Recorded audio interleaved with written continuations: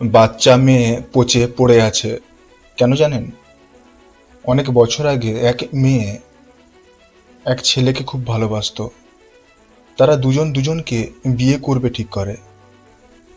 তাদের ভালোবাসা এতটাই গভীর ছিল, বিয়ের আগে তারা এক কন্যা সন্তানের জন্ম দেয়।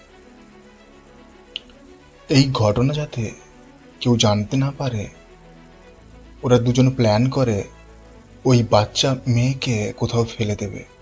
সেই মতো কাঁঠালপুর গ্রামের পরে এক মাঠের পাশে অনেক পুরনো আম গাছের নিচে ওই বাচ্চা মেয়েকে ফেলে দেয়। এটা তো সবে শুরু। কি ঘটেছিল জানতে পুরো ভিডিওটা দেখো। প্রতিবারের মতো অদ্ভুত ভয়ঙ্কর ঘটনা নিয়ে আমি চলে এসেছি। নমস্কার, আমি রাকেশ। এই ঘটনা আরিফ নামের এক ছেলে আমাকে বলে। আরিফ কলকাতায় থাকতো। কলকাতার এক স্কুলে আরিফ ক্লাস 9-এ পড়তো। সেদিন ক্লাস 9-এর ফাইনাল এক্সাম সবে শেষ হয়েছে। আরিফ মামার বাড়িতে ঘুরতে চলে আসে। আরিফের মামার বাড়ির পাশে একজন খুব ভালো বন্ধু ছিল, যার নাম গৌরব। আরিফ মামার বাড়িতে আসতে গৌরব সঙ্গে সঙ্গে আরিফকে ডাকতে চলে আসে। গৌরব বলে, চল মাঠ থেকে ঘুরে আসি। ওরা দুজন মাঠের দিকে বেরিয়ে যায় ঘুরতে। অনেকদিন পরে ওদের দুজনের দেখা হয়, তাই গল্প করতে করতে অনেকটা দূর হেঁটে চলে যায়।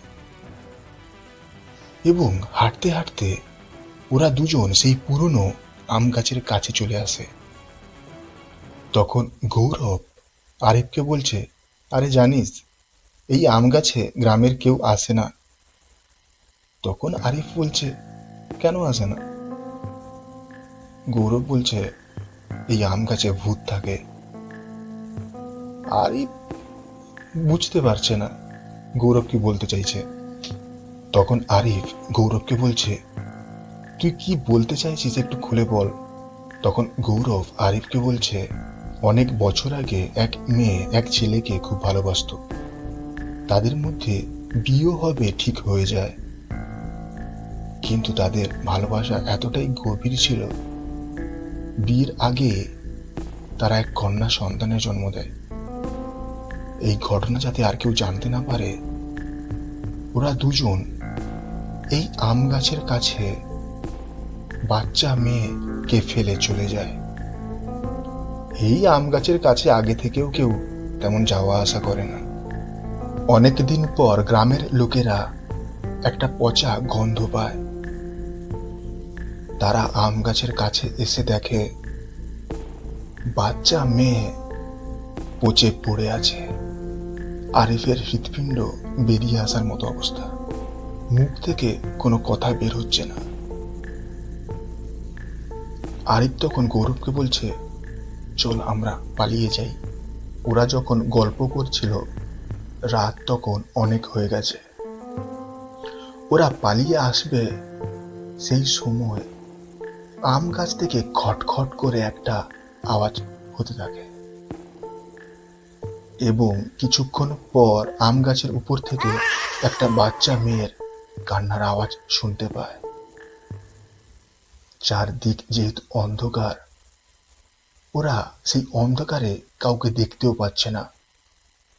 কোনো রকম ভয়ে ছুটে ওরা বাড়ির দিকে পালিয়ে আসে। আরিফ এবং গৌরব এই ঘটনা আর কাউকে এর আগে বলেনি, কারণ ওরা জানে হয়তো এই ঘটনা আর কেউ বিশ্বাস করবে না। বিশ্বাস করুক বা না করুক, যার সাথে এই রকম ঘটনা ঘটে সেই জানে।